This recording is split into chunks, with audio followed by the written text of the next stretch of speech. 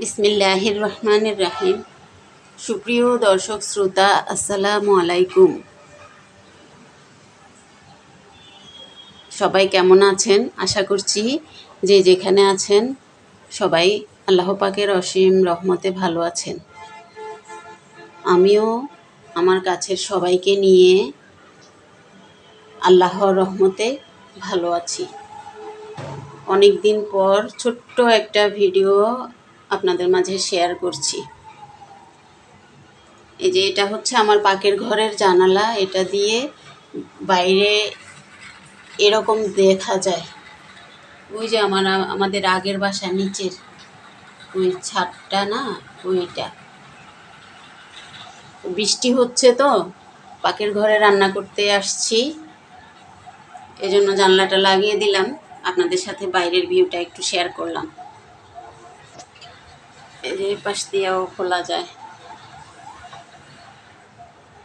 আমি এপাশে টি কর্নার বানিয়েছিলাম, কিন্তু একটা ডিশ র্যাক নিয়ে আসার পরে আমার হাজব্যান্ড না বলেই উনি ওনার পছন্দ মতো একটা ডিশ র্যাক আনছিল।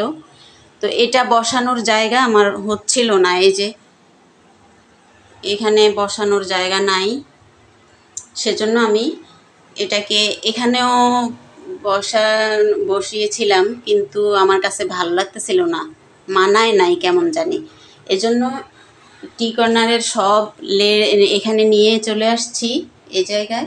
আর এই কর্নারে ওই একটা বসিয়েছি।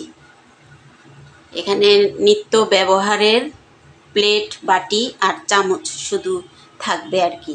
এটা এভাবেই করে বসিয়েছি। এই যে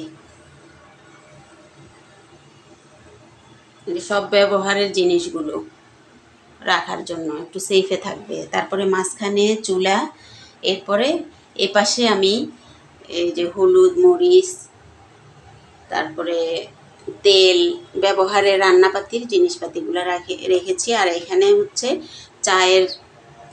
চা বানানোর সব জিনিসপাতি।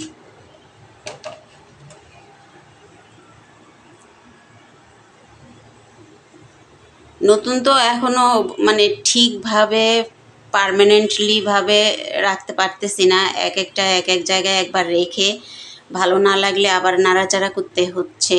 তো আপাতত আজকে এভাবে করলাম।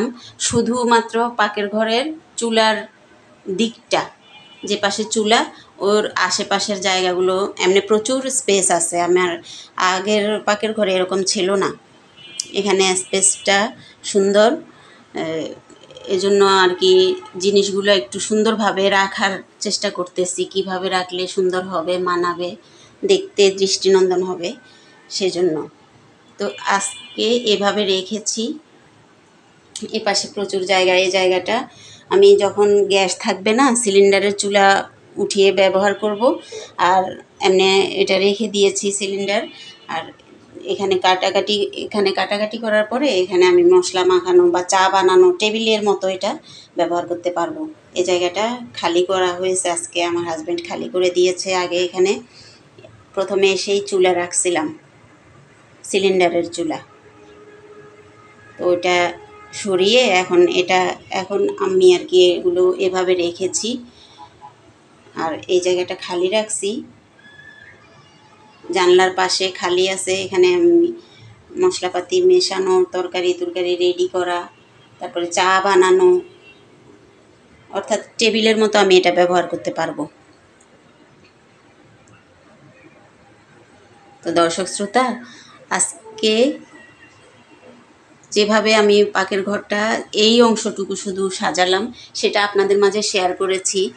এর বাইরে এই জায়গাটার মধ্যে কিভাবে জিনিস রাখলে আরও একটু দৃষ্টিনন্দন হবে, আরও সুন্দর দেখাবে, আমাকে একটু প্লিজ কমেন্টের মাধ্যমে জানাবেন। আর আমার ভিডিওটা দেখে লাইক শেয়ার করে দিবেন, একটা সাবস্ক্রাইব করবেন নতুন যদি কেউ হয়ে থাকেন।